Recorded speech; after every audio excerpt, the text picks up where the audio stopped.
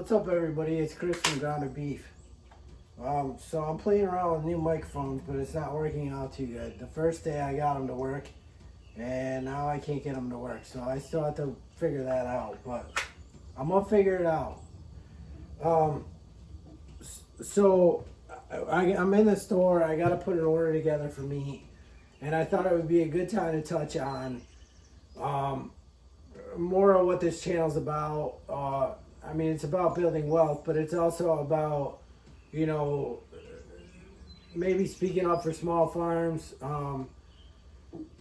We are put on regulations, with the meat, especially in New York, and especially in the county that we're in New York. We have a lot of strikes against us on this farm. So it's not very farm friendly. Like, we're the last of a handful of farms in this county.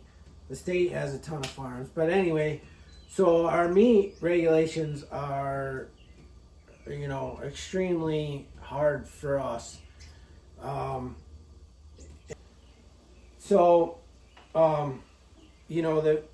meat. So when we go to the butcher with cows, now we have a guy that'll come here, do the kill right here, no stress or minimal stress. We don't have to put them in a trailer, drive them an hour, load them up the night before, leave them in a trailer, drive them an hour, or go the day before, so they're all stressed out at the butcher. It affects the meat a little bit, So here, because I do that way, back in 2012, before 2012, you could go to any of these butchers that had a USDA inspector on the kill floor, and you could have your meat cut up and you could sell, Johnny up the street a pound of ground beef. Well, in 2012, your people that are in Congress and the people that run Purdue, like Sonny Perdue was the head of the ag department in the Congress. So they also have other family members in there that are swaying the game on their side. So every chicken or steak that I sell takes away one chicken or steak from their sale. They don't like that. So they pushed down through that small farms would have to go through these stringent regulations, same as them. So now, in order for me to sell 1 pound of ground beef to somebody, I have to then go to a full USDA shop, which there's a guy on a kill floor, then there's also a guy on the cutting floor. So they have to watch them cut up the animal that I've raised for 2 years, 2-ish years. And you can't send an animal that's over 26 months old. I think it's 26, it might be 28. Don't quote me on that. It's less than 3 years. So now they take out the backbone of that animal and you lose a lot of that meat because of the mad cow disease, which we have not had here in the States since I want to say 1960 something. I could be wrong on that too. It's been a while. But because of that, maybe it's late 70s. We have not had one outbreak of that here in the States. But these people, the U.S. knows better than we do. And a lot of these people that are in that department don't even speak English or barely speak English. I've seen them on the butcher floors. They speak very broken English. I'm not against that. I'm just like, why are they there? Like, we have Americans that could do that job. So it just draws that question. So if I go to a full USDA shop, that's at least an hour drive for me, either way. And one's down the expressway, one I can take back roads, to get to their place. And the one shop, I don't get my own meat back. I've been there a few times. I get maybe my steaks back because on a grass-fed animal, the fat is all yellow. On a grain-fed animal, it's more of a white color, like a bright white, like a tooth white. And so if I go to the other one, that's a great facility and it's fairly new. But the problem is I can't get in there sometimes for 14 or 15 months. So you're talking a year and a half. I don't know what I'm gonna have ready because we're grass fed. Like I don't have a stringent okay, this animal's gonna be. They all grow differently. Like right or wrong, they grow differently. If you're in a feedlot and you control the weights of the animals coming in and you have all control of all that, great, wonderful for you. That's not how I roll. I want every animal to have the best life that they can have here, and that's it. Like they live their life to the fullest because they're feeding my family or another family, and that's the least I could do is honor that. So basically, if you can support a local farm, like we're up for the challenge of feeding America. Like we are up for it. We love this.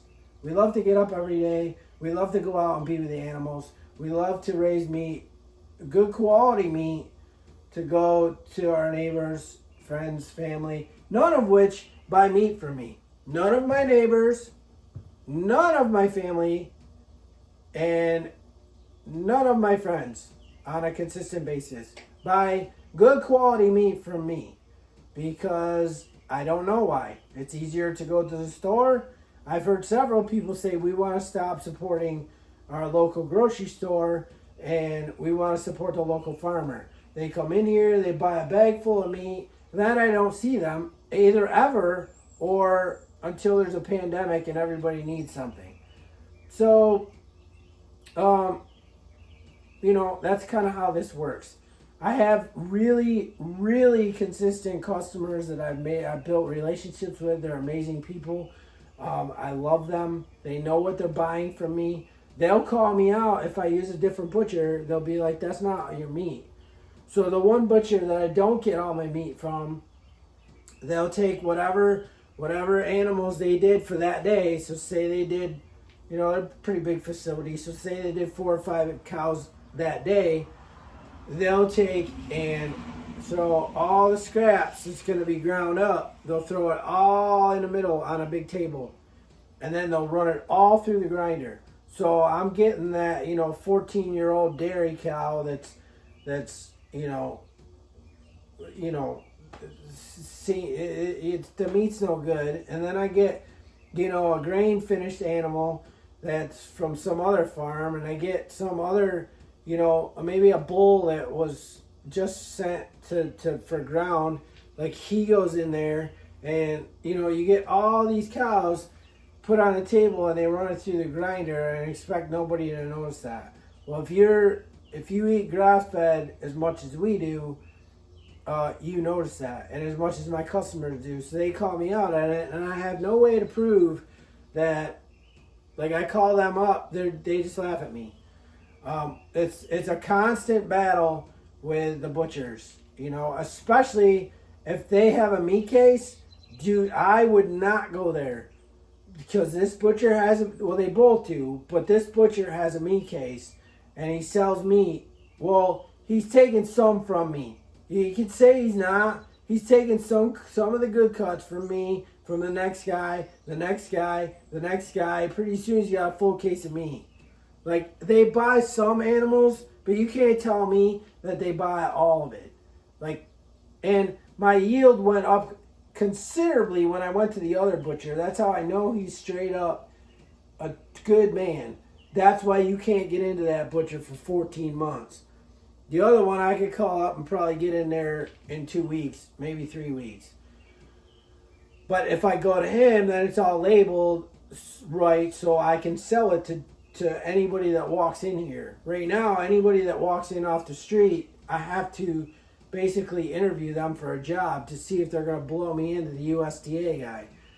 And I don't want to go too long here, but it's vital that you all know this and you know what's going on behind the scenes. Like, the USDA guy has stopped here 3 times, maybe 4. The first time scared the hell out of me and pushed his way into the barn, like sweet talked me, went into the barn where we had the freezers at that point, opened up the freezer, made me hold the package of pork, and he took pictures, and then I got a citation that he was going to shut me down, but they didn't end up shutting me down or fining me. They just scared the piss out of me. Then I got around people that have been through this before. I learned the rules and regulations that they can't just do that. So the next guy that came, he sent another guy that got out of his car, put his boots on, started talking to me, and I knew right off the bat I shouldn't have sold him anything. I sold him something. Within 2 weeks, the USDA guy stopped here, left a card in the door. I called him immediately because I know he ain't going away. So he wanted to come back the next day. I waited till 4:30ish, so I knew that they'd be leaving the office. He wanted to come back the next day, first thing in the morning, and I said, that ain't happening, dude. Like, I work off the farm. So I get really heated about this. So he came back the next day, and the freezers were empty. I didn't have one thing in here except chicken and turkeys. Because that's legal. That's fine. I can raise 1,000 birds here and sell them to anybody. That's fine. I process them here. I can also go to a USDA shop with a cow or a pig, have them kill it USDA. I can go on a day that's 90 degrees, pick it up, and bring it home. I just have to maintain the temperature, bring it here to my house, cut it up in our own facility, and I could sell you a pound of ground beef, or I could sell you one steak. That's okay as long as I pay the $200 for their licensing so I can cut it up here. And all they do is come out and give a once-over inspection of your facility. It's just got to look like this with maybe a stainless steel sink, and you can cut up meat and you can sell it to whoever you want to, except I don't think you can go over state line, and I don't think you can go to a grocery store that way. So, all that being said, the USDA guy came in, opened the beef freezer, and said, where's the beef?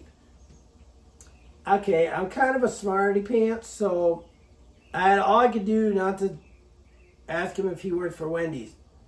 If you all know that commercial.